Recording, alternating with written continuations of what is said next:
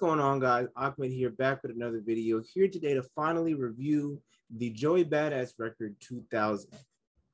Now, let's start these reviews as we always do. I'll give y'all context, then break down the writing, musical execution, production, creativity, flow, and some more stuff at the end, and my conclusions.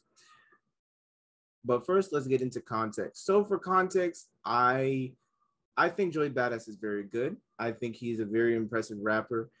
And I think he has the ability to make very good music. He is definitely a part of the boom bap era, or boom bap sound, or boom bap movement, I should say, and heavily relies on an old school aesthetic to get his point across and to convey his messages. He is a very strong technical rapper who is not nerdy and is still able to give us meaning and emotion despite his technical ability. And my personal feelings, his music is cool. I take a couple songs here and there, but as someone who's not the biggest fan of boom bap rap all the time, for me, I definitely can get disengaged sometimes. I did listen, upcoming for this record, to prepare for this record, I did listen to All American Badass. Really enjoyed a few records off of that, but overall felt it was, and I very much enjoyed the topical focus of it as well. I very much enjoyed the substance in it, but overall I was a little bit bored for a lot of the songs, but I did really much enjoy Ring My Alarm and Temptations. And yeah, so now we have this new record, 2000, a follow-up record to his 1999 mixtape, which I have not listened to before. I hear it's a very legendary mixtape with Joey Badass basically pulling an Illmatic and dropping a legendary lyrical escapade at the age of 17. And this was the follow-up 10 years later. So yeah, let's get into it. For the writing, I put it at amazing. And it's interesting because I was definitely back and forth. For a while I had it as great, and then I eventually put it as amazing. For me, the ability for Joey to have such good focus and introspection while also keeping it rhyme scheme wise dense is so impressive to me.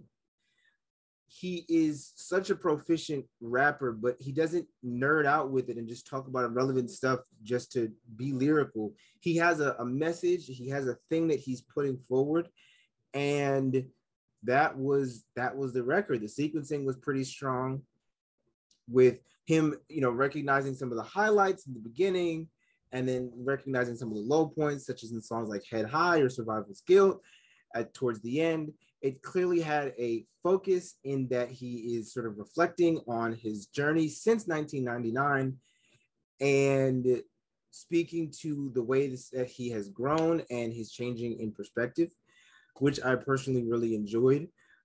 Some of the bars on here, while not as lyrically dense or as topically focused as America KKK, were still present on songs like Cruise Control, Head High, and other songs. And overall, the writing was genuinely like moving.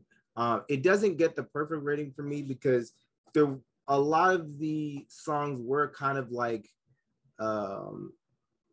very much just him speaking to his success, which for me personally isn't always a compelling point of conversation, just because I've heard it so many times, and also because you're not really proving anything. It's just kind of like this felt more like a status update, more than like a real like full like explanation or something like that. But overall, the writing was really, really strong. It is definitely a positive impact or a positive imprint on Joey's discography from a writing perspective. Flows, I put as good. I'm debating between good and mid, but I think I'm going to go with good because he was still very consistent and he still had some very great deliveries throughout. But I think my biggest problem with the flow was mainly the lack of hunger. And I understand that this is not 1999. This is 2000. This is, we're moving forward. But I don't know, his delivery was very deadpan a lot of the time. And besides songs like Head High and Survival's Guilt, I didn't really, the delivery was so nonchalant a lot of the time. And that's generally been my issue with Joey, but it was even more evident on this record, given that he's far more relaxed. And so, delivery wise, I had a very difficult time really engaging with the record. And as a result, I had to listen to it quite a few times just to really catch the lyrics, because I very much just kind of sank into his more laid back delivery. And, it's when you have these deep songs and these deep messages that you're trying to get across in songs such as Zip Codes and Eulogies, it's doesn't serve you well to kind of have such a deadpan and soft delivery. Uh, so yeah, flows I put as good. Again, still solid effort, and one could argue that his more relaxed delivery matches the more relaxed outlook he has on life and the lyrical content. But for me, I think a lot of times I was left a bit bored, but still solid. Now let's get into the production and creativity. And honestly, for this, I got to give it a grade. Creativity wise, it was all right. It was good. I still give it a good rating because old school sounds is definitely against the grain and something we don't hear as much today. But still, not only is it sort of a lack of evolution from Joey Badass himself, but also there's a lot of people dominating this, not dominating, but there's a lot of people occupying this old school space, such as Logic, such as Corday, such as Cole, such as Denzel Curry, right? So even in this modern age, there are a lot of people dominating this old school sound.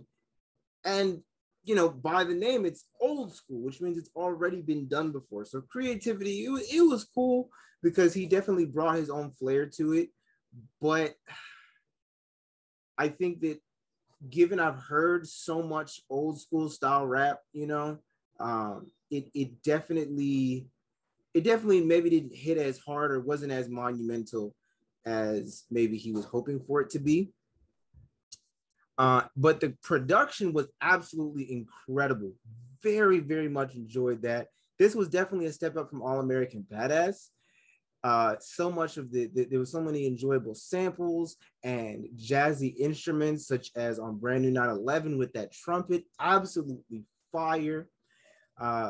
And overall, he really, really killed it from a production standpoint. And that was really like when it came to the entertainment factor, I think that was really how I got through the record, was the production and all the sounds and all the different things I was hearing from the beats and stuff like that, all the layering and stuff like that I was hearing.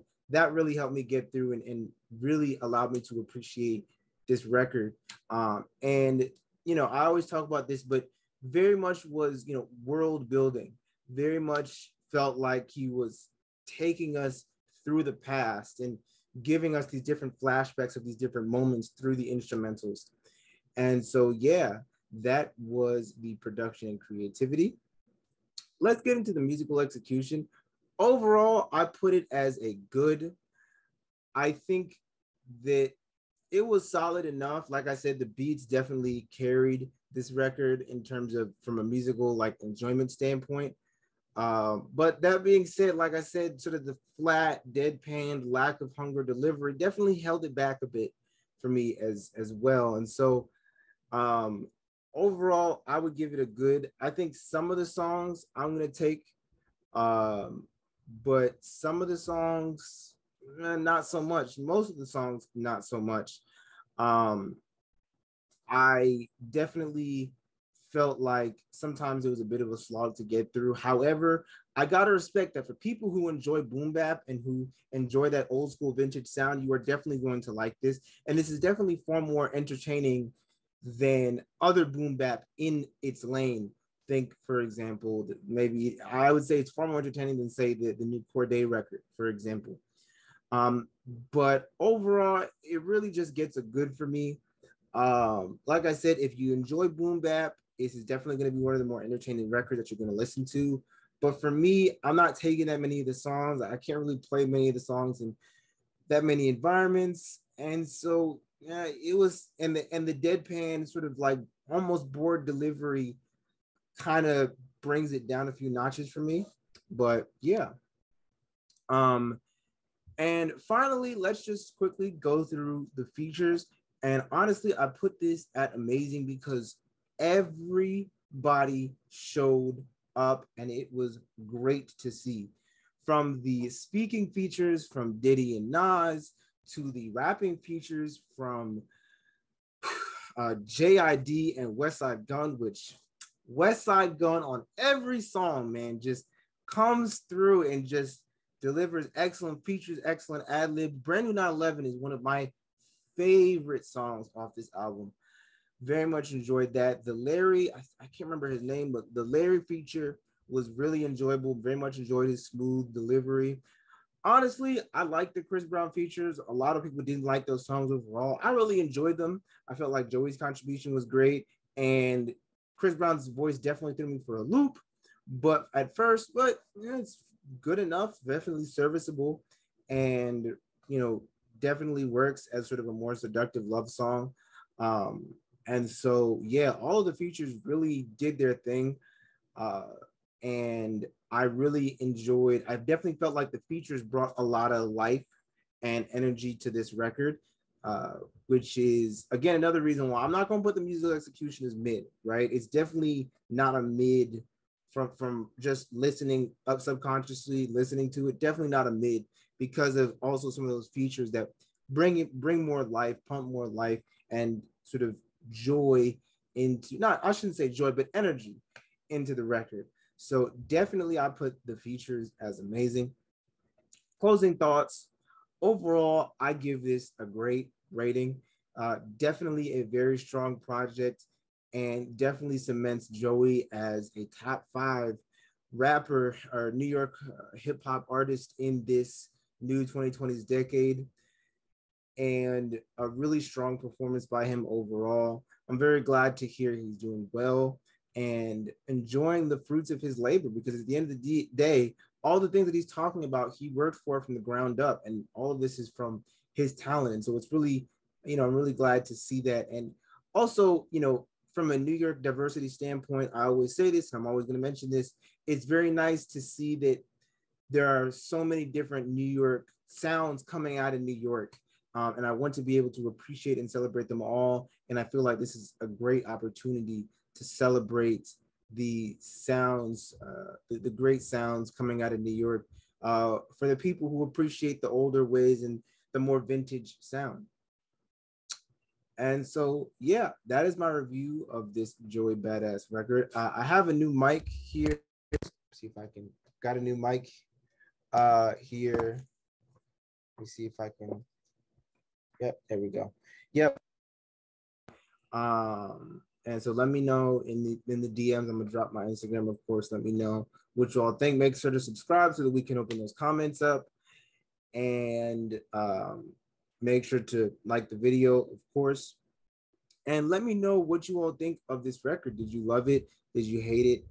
Do you feel like this is a adequate record? Do you feel like Joey did enough to secure his top 5 placing in New York right now? Because we know that at the current moment, that the space for King of New York, the space for the top 5 in New York is very competitive at the moment, with some very high level artists definitely vying for that number 1, 2, 3, 4, 5 spot. And so do you feel like Joey did enough with this album to secure a top 5 placing? Yep. So hope you all have a good day, and peace, y'all.